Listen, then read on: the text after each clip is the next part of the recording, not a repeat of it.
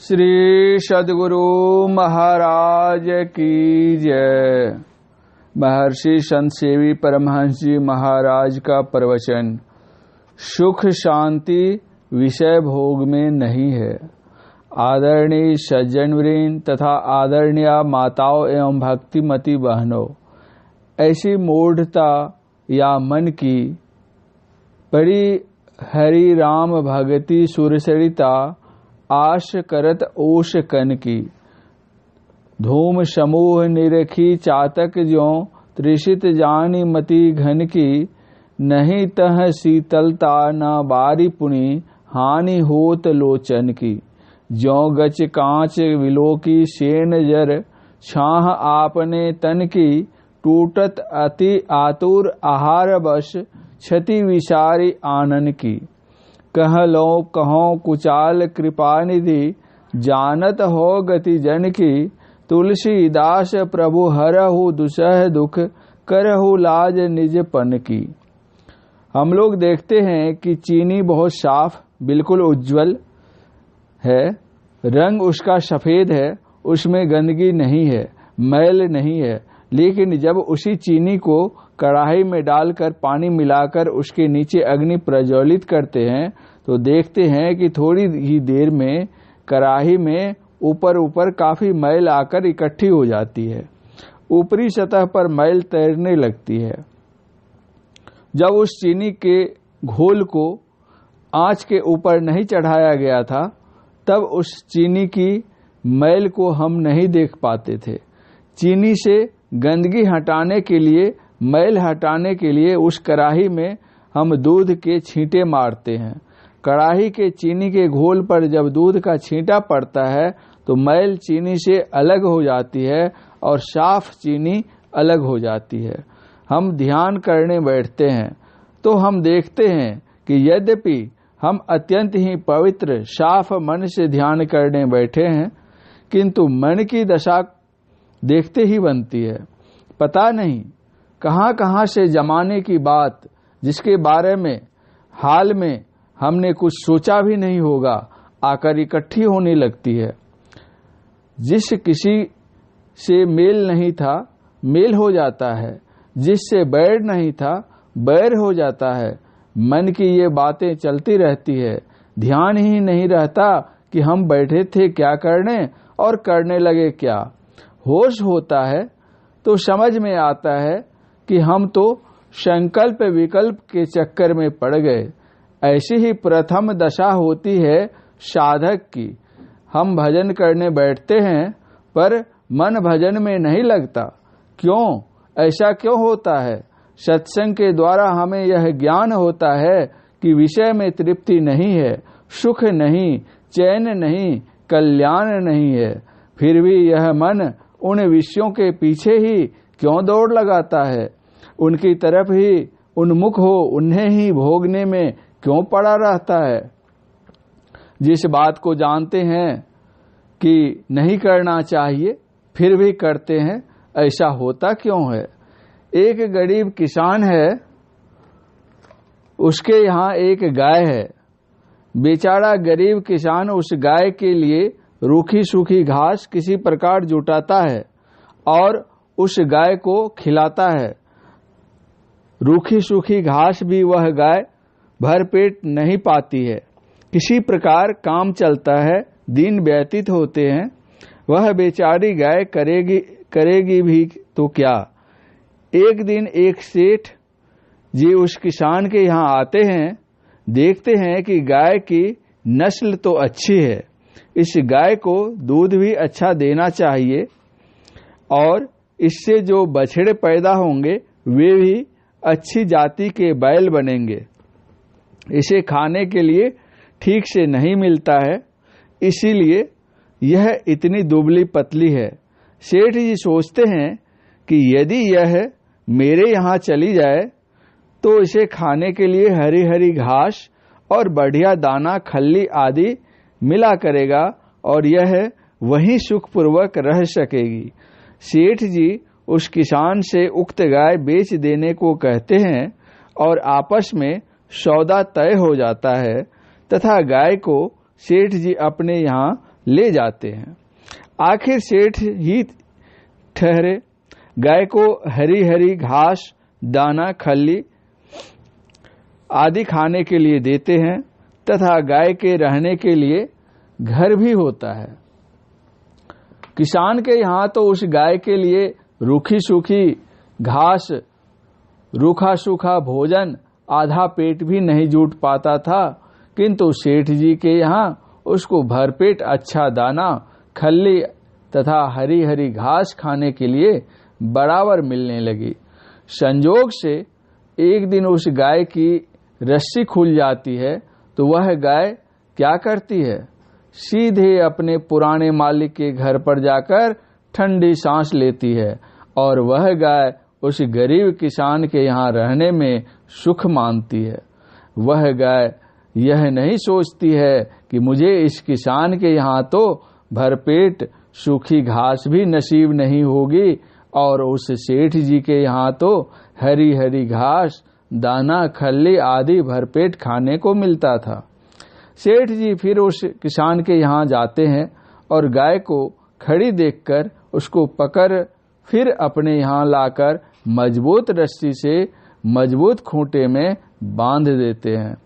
अब वह विवश होकर सेठ जी के यहाँ अच्छी खासी रसदार हरी हरी घास, दाना, खल्ली खाने लगती है।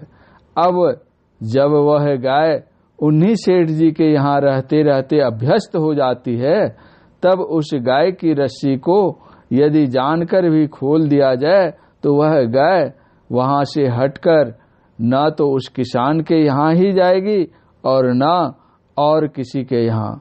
अब वह उन सेठ जी के यहाँ ही रहना पसंद करती है। यही हालत इस मन की है। जन्म जन्मांतर की परत इस पर पड़ी है। इस मन को विषय का रस मिल चुका है। अब ईश्वर भजन में क्या सुख है। उस सुख का आनंद जब इस मन को मिलेगा तब यह मन उस सुख की ओर मुड़ सकेगा। इसीलिए साधक रूपी सेठ मन को घुमा घुमा कर लाता है, लक्ष्य की ओर लगाता है, सुषुम्ना रूपी मजबूत खूंटे में उसे बांधता है, सूरत की डोर से बांधता है। अब यह मन भजन करता है। भजन करते करते जब इस मन को भजन का स्वाद आने लगता है तब फिर यह मन उस भजन के स्वाद को भूलकर अन्यत्र कहीं नहीं जाता है। वही गोस्वामी जी कहते हैं, ऐसी मूढ़ता या मन की। क्या मूढ़ता है, क्या मूर्खता है। पड़ी हरि राम भगति सुर सरिता, आश करत ओश कन की। गर्मी पड़ रही है, प्यास लगी हुई है, उस प्यास को हम बुझाना चाहते हैं और उस प्यास को बुझाने के लिए हम घास पर पड़ी चंद ओश की बूंदों को चाटना चाहते हैं और चाहते हैं कि उस ओश कनों को चाट चाट कर हम प्यास बुझा लें। कहीं ओश को चाटने से भी प्यास बुझती है? अगर प्यास ही बुझानी है तो पानी लोटे में अथवा गिलास में लेकर पिएं अथवा गंगा जी के किनारे जाकर दोनों हाथों की अंजलि बनाकर जितना मन हो उतना पानी पिएं और प्यास बुझाएं। गंगा जी में जाकर डुबकी लगाकर स्नान करके शांति प्राप्त करें, गर्मी मिटाएं और प्यास बुझाएं। सो हम करना चाहें नहीं और चाहें कि ओशकन के ऊपर उलट पलट कर गर्मी शांत कर लें अथवा चाट चाट कर प्यास बुझा लें, सो कब होने को है, अर्थात नहीं होने को है। उसी के लिए गोस्वामी तुलसीदास जी महाराज समझा कर कहते हैं कि यदि सुख प्राप्त करना चाहते हो, शांति चाहते हो, आनंद चाहते हो तो ईश्वर की भक्ति करो। हम सुख चाहते हैं, शांति चाहते हैं, आनंद चाहते हैं विषयों से। उसी के लिए गोस्वामी जी कहते हैं कि यह मूर्खता है हमारी, यह मन की मूढ़ता है जो ईश्वर भक्ति रूपी गंगा की धारा को छोड़कर ओश रूपी विषय की बूंदों से अपनी इच्छा की पूर्ति करना चाहते हैं। उसी तरह से सुख शांति विषयोपभोग में नहीं है। गोस्वामी तुलसीदास जी महाराज लिखते हैं, बूझे न काम अग्नि तुलसी कहूँ, विषय भोग बहु घीते। यदि अग्नि प्रज्वलित हो और उसे बुझाने के लिए हम चाहें कि उसमें घी की आहुति दें, तो क्या वह अग्नि बुझेगी? आग को बुझाना है तो उस पर पानी डालो। हमारी कामाग्नि को विषय का भोग देकर शांत नहीं किया जा सकता। विषय भोग से यह कामाग्नि शांत कभी नहीं होगी, बल्कि और ज्यादा लहकेगी, दहकेगी। दूसरी उपमा गोस्वामी जी चातक पक्षी को देते हैं, चातक पक्षी की देते हैं। चातक एक पक्षी होता है, वह समुद्र, तालाब, नदी आदि का जल नहीं पीता। आश्विन मास में जब स्वाति नक्षत्र आता है तो वह एक टक लगाकर ऊपर मुंह करके बादल की ओर निहारता रहता है। स्वाति नक्षत्र के दिनों में जब बादल से बूंदें गिरती हैं तो वह उन बूंदों को ग्रहण करता है। इसी चातक पक्षी की उपमा देते हुए गोस्वामी जी कहते हैं, धूम समूह निरखी चातक ज्यों, त्रिषित जानी मति घन की। नहीं तह शीतलता न बारी पुनि, हानि होत लोचन की। धुएं का बादल है, प्यासा पपिहा समझता है कि स्वाति की बूंद गिरने वाली है, इसलिए वह एक टक लगाकर उस बूंद के गिरने की प्रतीक्षा में ऊपर देखता रहता है, परंतु वहां न तो पानी है और न शीतलता ही। फिर भी वह आशा लगाकर ऊपर की ओर ही निहारता है। उसका वह परिश्रम व्यर्थ ही जाता है, क्योंकि वह धुआं बादल सा भासता है, वास्तव में बादल है नहीं। उसी तरह अज्ञजन को विषय भोग में सुख भासता है, परंतु वास्तव में वहां सुख है नहीं। विषय भोग से क्या कभी किसी की तृप्ति हुई है?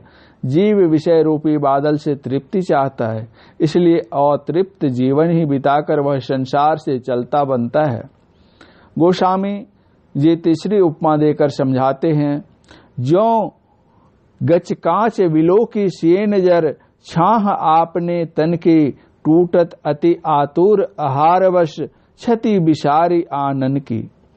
एक बाज पक्षी है जो आसमान में उड़ते हुए कांच के चबूतरे में अपनी छाया देखता है। वह समझता है कि नीचे एक पक्षी है।